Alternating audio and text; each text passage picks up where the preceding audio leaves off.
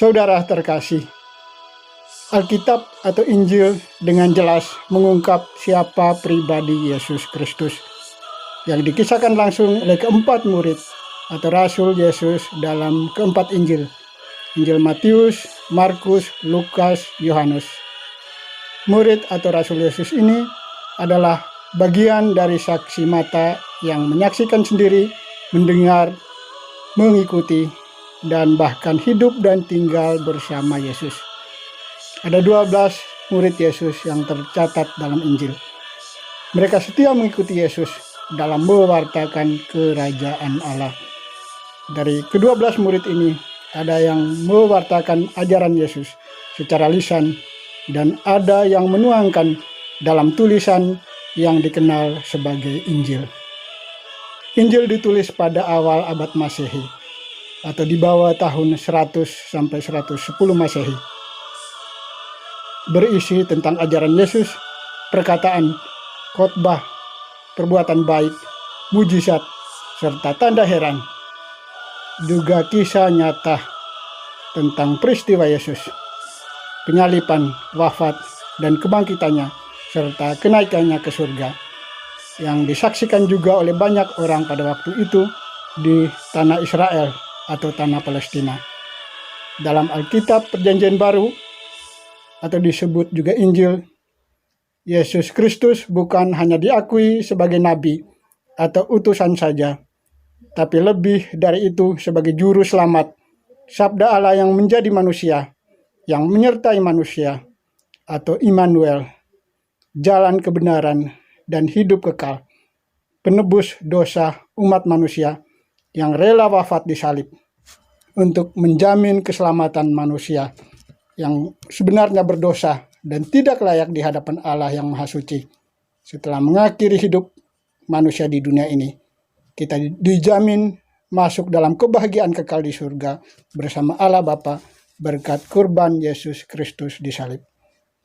Ada banyak teks dan ayat kitab suci Perjanjian Baru atau Injil yang menyebut Yesus Kristus sebagai Tuhan dan Juru Selamat, juga termasuk pengakuan Yesus sendiri. Mari kita bacakan beberapa teks kitab suci tersebut. Sejak awal pemberitahuan oleh malaikat Gabriel, tertuang dalam Injil Lukas bab 1 ayat 26 sampai 38. Saya bacakan isi teks Injil Lukas ini. Pemberitahuan tentang kelahiran Yesus.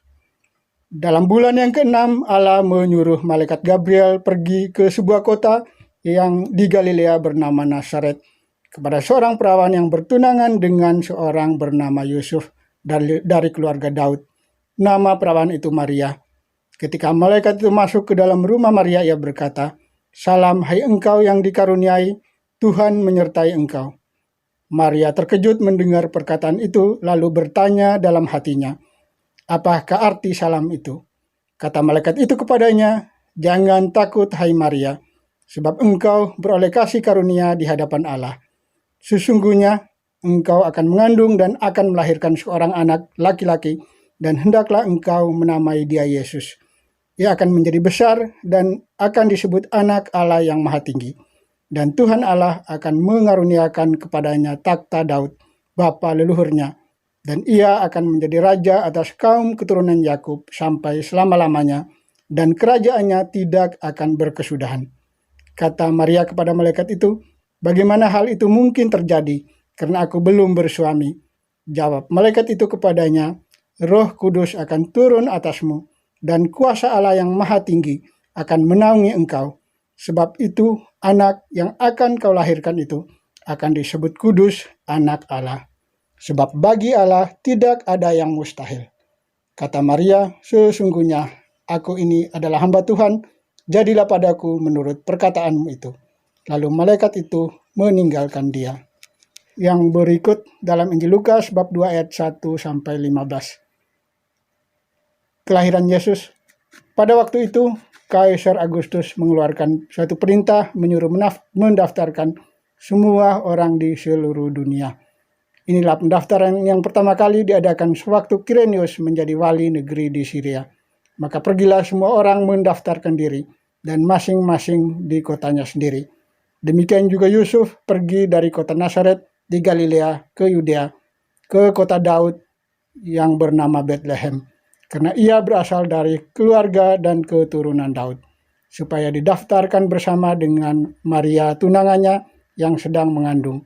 Ketika mereka di situ, tibalah waktunya bagi Maria untuk bersalin. Ia melahirkan seorang anak laki-laki, anaknya yang sulung, lalu dibungkusnya dengan lampin dan dibaringkannya di dalam palungan, karena tidak ada tempat bagi mereka di rumah penginapan. Di daerah itu ada gembala-gembala yang tinggal di padang menjaga kawanan ternak mereka pada waktu malam.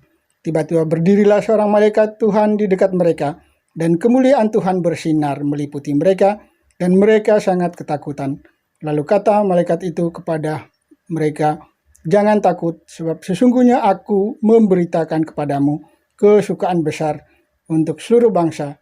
Hari ini telah lahir bagimu juru selamat, yaitu Kristus Tuhan, di kota Daud.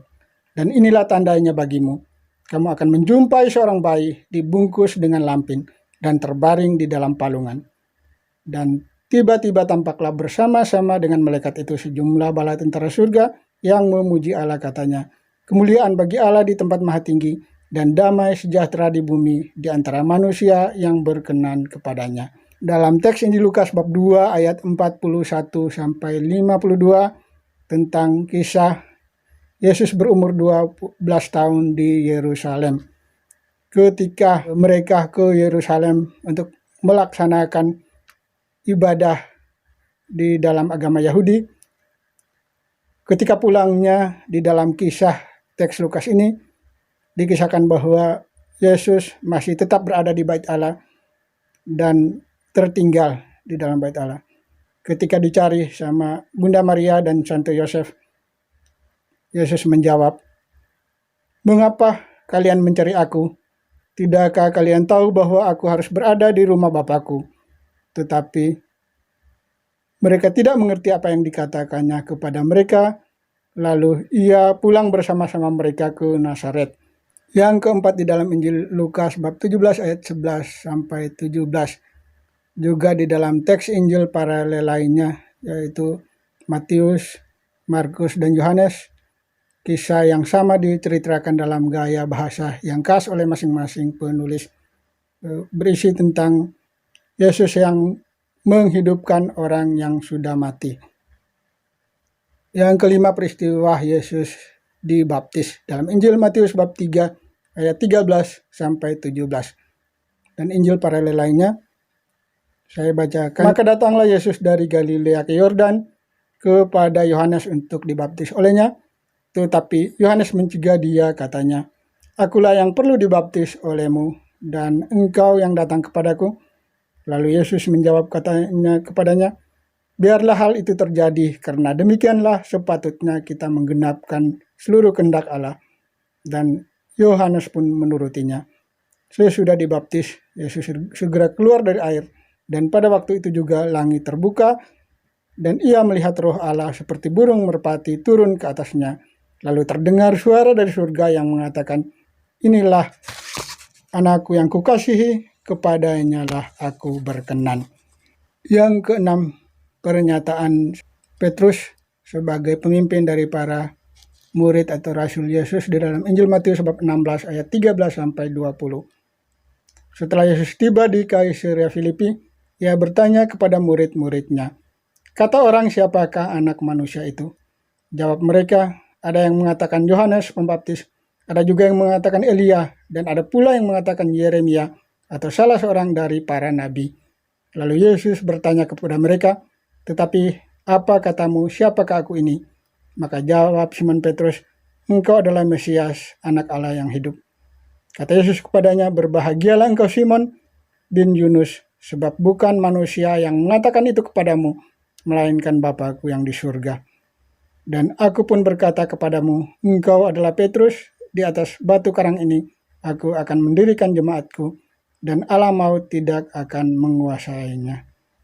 Berikut pernyataan suara yang terdengar ketika Yesus berubah rupa di Gunung Tabor.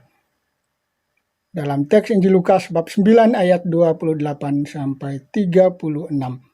sebagai berikut. Kira-kira 8 hari sesudah pengajaran itu, Yesus membawa Petrus, Yohanes, dan Yakobus lalu naik ke atas gunung untuk berdoa. Ketika ia sedang berdoa, rupa wajahnya berubah, pakaiannya menjadi putih berkilau-kilau, dan tampaklah 2 orang berbicara dengan dia, yaitu Musa dan Elia. Keduanya menampakkan diri dalam kemuliaan dan berbicara tentang tujuan kepergiannya yang akan digenapi di Yerusalem. Sementara itu Petrus dan teman-temannya telah tertidur. Dan ketika mereka terbangun, mereka melihat Yesus dalam kemuliaannya dan kedua orang yang berdiri dekatnya itu.